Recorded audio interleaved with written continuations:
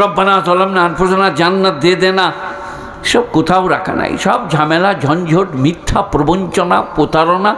আজকাল আবার যা বাজার বেরিয়েছে বুঝলেন। একজনা যে, কাকে আর বলবো, আপনাকেই বলি, আপনার সাথে ঝামেলা হবে না। হাফেজ সাহেবকে যে একজনা বললে, ভাই আমাদের ঘরে ওই যে কী বলো ওটাকে, দুতলাতে ধপ ধাপ আওয়াজ, তুই কী করতে এলি, কাকে দেখছিস, আমার দিকে চাইছি কেন, ওইটা কর না। এ বাবা বলছে আমাদের ঘরের দুতলাতে ধপ ধাপ আওয়াজ হচ্ছে, বল সাহেব কিছু করুন।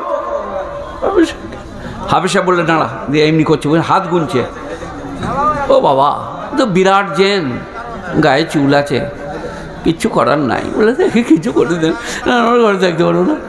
সেই সময় হাফেজ সাহেব বউ ফোন করেছে, ঘরে জামাইছে, তো বলে 2 কেজি ওজনের সাদা মোরগ লাগবে। আর বললে লেপের ওয়ার, বলে 30 মিটার সাদা কাপড় লাগবে। আর ঘর করছিল হাফেজ সাহেব, বলে 20 কেজি গজাল লাগবে। বলে তুলে চলে, আমি ঠিক করে দেবো, এইটার বাজার চলছে, কি করবেন দেখুন। 20 কেজি গজাল, 30 মিটার সাদা কাপড়, তোর ঘরে বিরাট চুলওয়ালা জেন, হাত গুনে কেউ বলতে পারবে? কথা বলে না। হ্যাঁ, সব মেয়েরা লাইন দিয়ে বসে আছে, আমার স্বামী অন্যজনকে চোখ মারছে। বলে দাঁড়া, আমি হাত গুনে একটা তাবিজ দিচ্ছি। আমরা কি করে জানো, আমরা বলবিরা আমাদের জানলাই যে বলে, বাবা হুজুর একটু ব্যবস্থা করুন। কী হলো মা? বলে আমার স্বামী পল্ল জুড়ে হয়ে গিয়েছে, খালি সেই ধপধপে ওদের ঘরকে চলে যাচ্ছে। এই যে বলছে, পারবি কিছু করতে? কেন পারবে না, কেন পারবে না? ও তো দোয়া তাবিজের ব্যাপার নয়। কি ওটা, রুনা লাইলার গান শুনেছেন? ঘরের লোকে বলছে, ঘরের লোকে বলছে কেউ দোষ করেছে, পাড়াপড়শি বলছে চিনে ভূতে ধরেছে, কি করে বলি আমাকে কেউ প্রেম করেছে। রোগ হলে তো সারবে, তো প্রেম করেছে, ওখানে রোগের ওষুধ নাই। সেই কারণে এইগুলো কোরআন বলে দিয়েছে, যদি মানুষ না শোনে, না মনে রাখাতে কী করবো বুঝলেন। মুসা আলাইহিস সালাম কাঠের বাক্স ওর মা ভরে দিলে, সূরাটার নাম কি? সূরা কাসাস।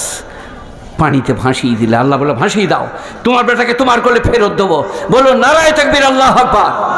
দরিয়ায় ভাসা মুসা তার মায়ের কোলে, দরিয়ায় ভাসা মুসা তার মায়ের কোলে। আর মেয়েকে বললো তো দরিয়ার কিনারায় কিনারায় যা, বাক্সটা কোন দিকে যাচ্ছে দেখবি, ওহম লা ইয়াশউরুন, কেউ যেন না জানতে পারে তুই বাক্সটা লক্ষ্য করছিস। তারপরে বাক্সটা চলে গেল। এরপরে ফেরাউনের ঘাটে, ফেরাউনের মন্ত্রী হামান, বিবি হাসিয়া গায়ে মজুদ, বাক্সটা টেনে নিয়ে এলো। খোলা মাত্র দেখলে একটা ফুটফুটে চাঁদের মতো ছেলে। আর এধারে মুসার মায়ের বুকটা শক্ত করে দিলে, কাঁদা কাটা করিস না, মুসার সিবিআইরা ধরে ফেলবে ফেরাউনের। তারপরে আসিয়া বললে, খবরদার, এই ছেলেটা বিদেশ থেকে ভেসে আসছে, এটা কিছু করো না, হয় আমরা ছেলে করে নেবো, নাহলে বেশি দামে বিক্রি করে দেবো। ঘরকে নিয়ে চলে গেল। সোনা রে, লাল রে, বাচুর রে, ধন রে, আমার আদুরের রে। একবার আসিয়া, একবার ফেরাউন, একবার জাদুঘররা, জাদুঘর বলছে আলালের ঘরের দুল্লাল রে, ওরে আমার সোনা রে, দরিয়ায় ভাষা লাল রে। ওই জাদুঘররা যারা হাত গুনে বলেছে মিশর একটা ছেলে হবে, ফেরাউনের শত্রু হবে। ফেরাউন বললে সব বেটা ছেলে জবাই করে দাও, আগামী 2022 সালের খালি মেয়ে ছেলেগুলো ছেড়ে দেবে। এবার এটা তো বেটা ছেলে, তাহলে সেইটা হতে পারে। আসিয়া বলছে বিদেশ থেকে ভেসে এইছে, নোট তোমার ছেলে। তারপর ফেরাউন একদিন বলছে লাল রে, সোনা রে, ওরে আমার আকলুতে বেটা রে। আর মুসা আলাইহিস সালাম কান মুতে চেপে দিয়েছে একটা, ঝটাস করে। বলছে ওরে বাবরে, চোখটা ছিঁড়ে গেল রে, এই শালা চরটা আলাদা চর রে, এত ছোটো ছেলের এত ওজনের চর হবে না রে, এটা সেই ছেলেটাই বোধহয় হবে রে। দিয়ে তারপরে নানা রকম হ্যার ফ্যার। আসিয়া বললে তুমি খেপে গেইছো নাকি? ছোটো ছেলে বলে, ছোটো ছেলে নয়, আমার চোখের তারা ছিঁড়ে গেইছে, ছোটো ছেলে বলেই না। এখন প্রশ্ন এখানে কোনটা বলুন? জাদুঘররা যারা বলেছে মিশরে বাচ্চা হবে, ফেরাউনের শত্রু হবে, তারা শুধু কোলে করে লাচাচ্ছে, তারা বুঝতে পারে না এইটা সেইটা। এইটা আল্লাহ কোরআনে বলছে। বিশ্ববাসী যারা গণৎকার, জাদুকর, তারা মিথ্যাবাদী, প্রবঞ্চক, প্রতারক।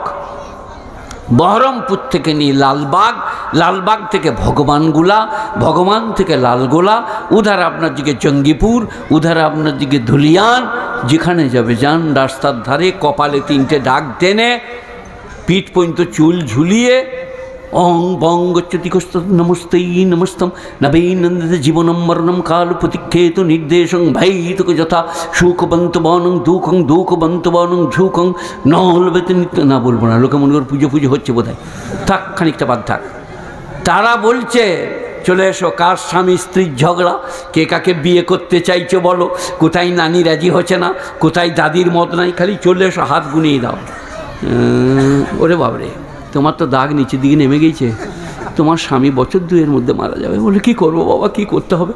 বলে কিচ্ছু করতে হবে না, পয়সাও লাগবে না, এই আংটিটা তোমার স্বামীকে বাঁচিয়ে দিবে, এই আংটিটা শরীর ভালো থাকবে, এই 100 টাকা রোজগার হবে, 4টা আংটিতে 4-2.5 টাকা দাম, পয়সা লাগবে না। 4টা আংটি, আঁকি, জমরজট, লুলু, মারজান, লে পড়লে দে 1000 টাকা, যা ঘর চলে যা। এখন আমার প্রশ্ন হচ্ছে, এই যে আমি অনেক জায়গায় রেগে বলেছি বুঝলেন, লোকে মনে করছে বলছে যে আপনি কেন গাল দিয়েছে, বলে আমি কেন গাল দেবো বে, তারা গাল দেই যেটা সেইটা বলেছি। যে হাত গোনাচ্ছে সে যদি এরকম করে পিঠে একটা গুড়াল দিয়ে বলে কোঁক করে বাবা মারলি কেন বে, বলে তুই যে হাত গুনছিলি তুই জানতে পারি না চালাবো, এই যে কথা কিছু বুঝতে পারেন না আমার। কালকে যেখানে যে হাত গুনছে ঘাড়ে যে মেরে দেন এক গুড়াল, সে মালিক নেবে, বলে তুই যে হাত গুনছিস বুঝতে পারিস না, এবার আমার চলবে। তারপরের গোড়ালটা পাঁজর চেপে কোঁক করে বলে আবার মারলি, বলে তুই জানতে পারিস না আবার মারবে, তুই হাত গুনছিস ভাই। কথা মনে থাকবে আমার। ইন্দিরা গান্ধী গণৎকার রেখেইল, গণৎকার পোঁ পা পোঁ পা, সব বাড়ি আছে। অটল বিহারী বাজপেয়ী বলুন আর জ্যোতিবাবুই বলুন, বুদ্ধদেব বলুই, সবাই গণৎকার ফেলে রেখেছে। আমার আগামীকালের ভালো মন্দ বলবে তোমরা, আগামী ভোটে কি হচ্ছে তোমরা বলবে।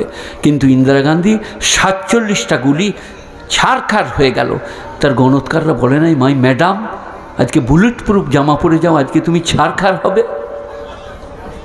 তাহলে আমরা মায়েদের বোনেদের বলছি, কেন ওদের কাছে যাচ্ছ, ঝাঁটা করে বেরো।